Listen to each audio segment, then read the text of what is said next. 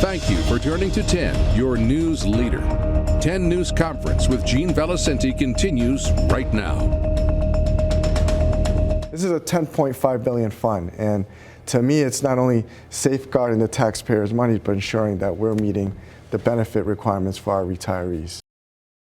That's the last time the Treasurer was in talking about the pension, the fund, investments, everything. We have him back in studio with us, General Treasurer for Rhode Island, James Diossa. Good morning. Good morning. Treasurer. Good to see you. you. And the Mayor of Central Falls before that. How you been? And you played high school soccer? A little bit. Why is that ball with you today? So next year is a very important year. The Yep. World Cup's coming to the United States. Yes.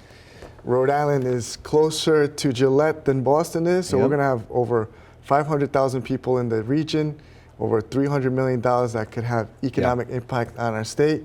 So we're ready. We're hoping to hopefully get a good drawing early December of what teams are going to play at Gillette and get the game started. All right, we're going to talk about that coming up in just a second. In the meantime, let's get to business, because you're in the business of business. You Yes, invest our pension fund. Yes. Now, you know, I'm just looking at the market today. For the past 5 weeks, the market's been on fire. I know. I mean, you would have to be doing something wrong if you're not making money in this market. How much money are we making? So look, I think since the last time we spoke, Yeah. you just showed the segment, we were at 10.5 Right. billion. Today we're a little over $12 billion. So the fund has been performing very well.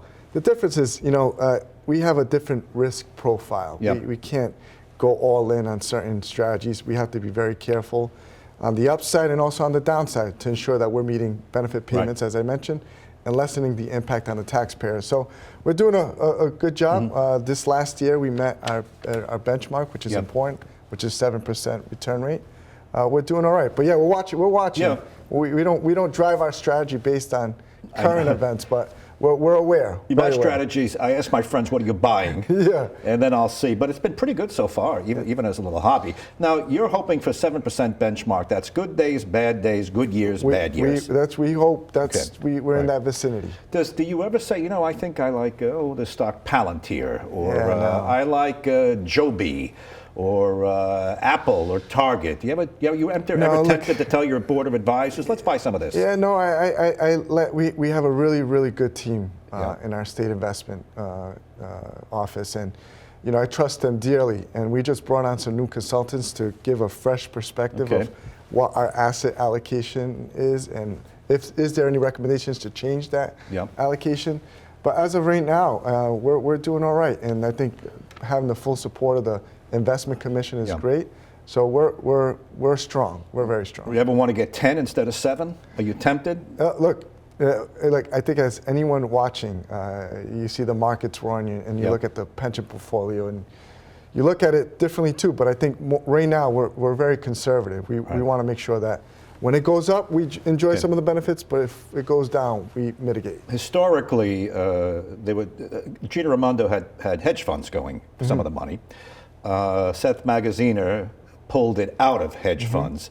Are we completely out of hedge funds? No, we have some strategies around that. We're very By the way, they careful. make money too. They sometimes. make money too, and they're part of this pension portfolio.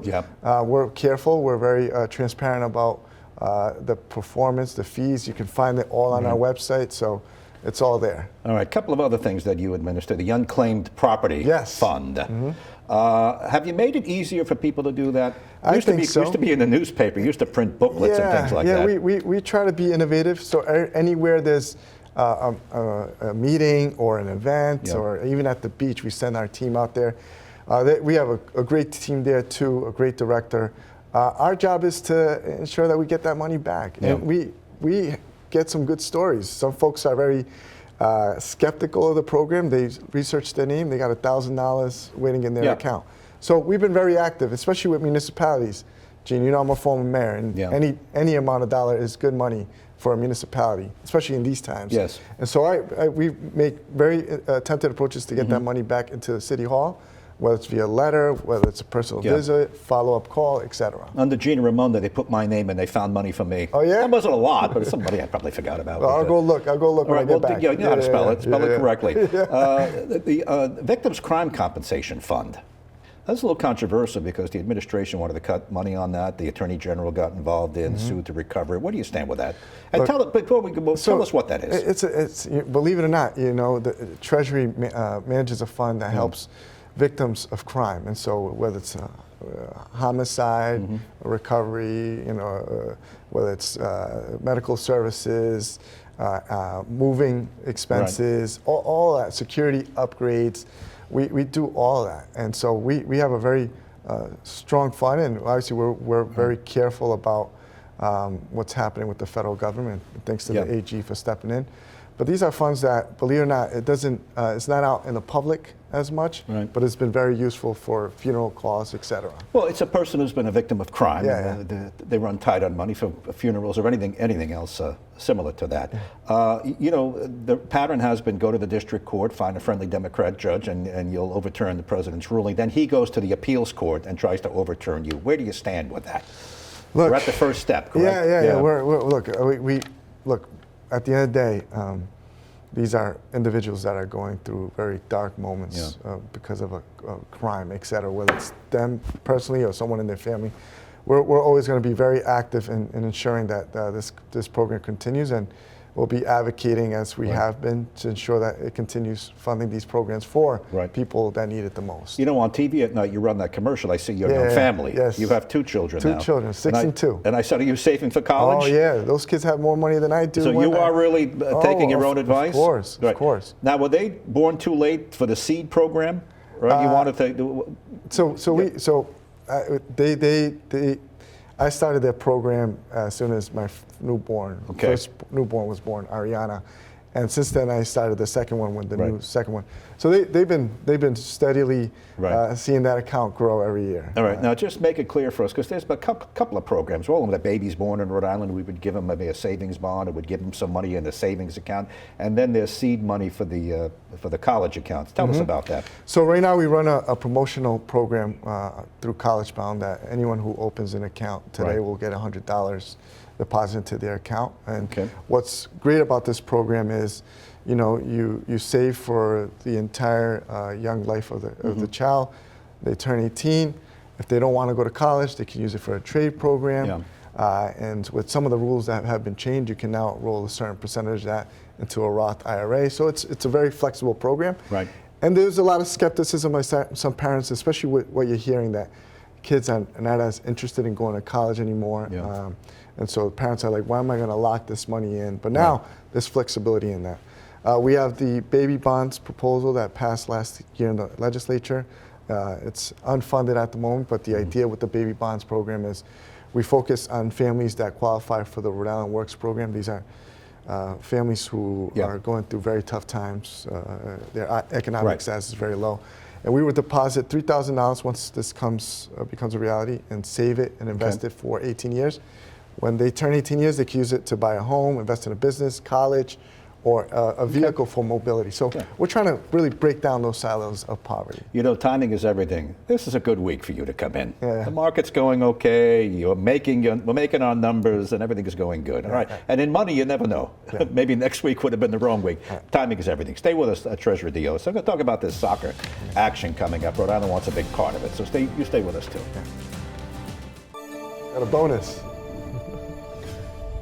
Welcome back. Treasurer Diossa is with us for another segment. They just checked. I have about $50 to $100 NBC owes me from years ago. Hey, it's a bonus for your good work. Can you just write me a check now and then do the paperwork later? We'll do that. We'll do that. Let's get to. We'll talk to you a little about Central Falls. You used to be the mayor there, and I know there's concern about high rents, but real estate is booming in Central Falls, correct? Look, there's a lot of activity happening in that Blackstone Valley, and so the addition with the train station. I think people have seen how public mass transportation has helped increase prices, but it's starting to get very high for some area like Central Falls. So it's concerning. Did you ever think a triple decker in Central Falls would go for $640,000, $750,000? No. But that's the boom that's happening. I think. Not only in Rhode Island, but specifically Central Falls. No one thought. I never thought. But we're seeing As I told you, Gene, that we were seeing a lot of people from Boston coming down because they're getting priced out up there. That train has been pivotal. That new train station, you're seeing commuters from Boston coming down to live in Central Falls. It's cheaper to live in this area. And some of them can afford, you said $2,500 a month for rent. There's some areas where they're charging $2,500 for rent. Well, there are two sides to the coin. Rent is high for some people who've lived in Central Falls all their life, but on the other hand, people who bought triple deckers, families who bought them years ago, this is a wealth builder. This is a game changer for some families. Remember, when I took office as mayor, we had over 300 houses boarded up, right? Like, incredible. You know, when the global financial crisis happened, and the mortgage crisis and all that, Central Falls was impacted really bad. And we were pretty late on exiting that. And look how far Central Falls has come. No, it really is something. All right, let's talk about this soccer. You brought the ball. By the way, you played soccer for Central Falls? A little bit of soccer, What did you play? What did you varsity? Yeah, varsity. You played varsity? Yeah. Okay. Now, so you like the game. I love it. The World Cup is going to be played in North America, and Mexico, Canada, and the U.S. Yes. And we each get a certain amount of games. Foxborough, Gillette will be renamed Boston Stadium for 7 games. 7 games. And I had the Liz Tanner, who's heading up the state's effort to grab some of this money. She said hundreds of thousands of people are going to come in over the course of these 7 games. It's going to book every hotel room, every restaurant. What's your hand in this as the treasurer? Look, the governor knows how important this whole World Cup experience is going to be, and he knows I'm a soccer enthusiast, so he's asked me to lead this charge with Liz Tanner. And right now, we're doing the rounds, informing businesses, chambers, city halls about what's going to be happening during the month of June and July next year. We've given the stats as we share, over 400, 500,000 people in the region. We are closer to Gillette, so people are going to find it. And we're cheaper compared to our friends in the north.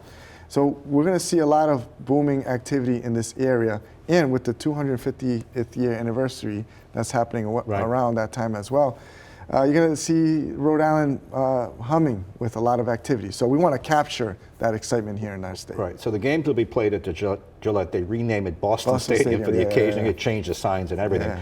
I don't know what does Gillette hold? 60 to 70? Yeah, about that. 60, okay. 70, yeah. So not everybody's going to get a ticket. So if you have a couple of 100,000 coming our way, what are the other 130,000 going to do? So there are people who will travel to these World Cup editions, and they might not get a ticket beforehand. They'll try to get one at the stadium or the day of. If not, they'll go to the local bar, and you know, there's going to be a lot of watch parties happening. We hope to secure some in Rhode Island too for tourists and guests who don't have tickets or who otherwise are not going to Gillette because there isn't a game there today.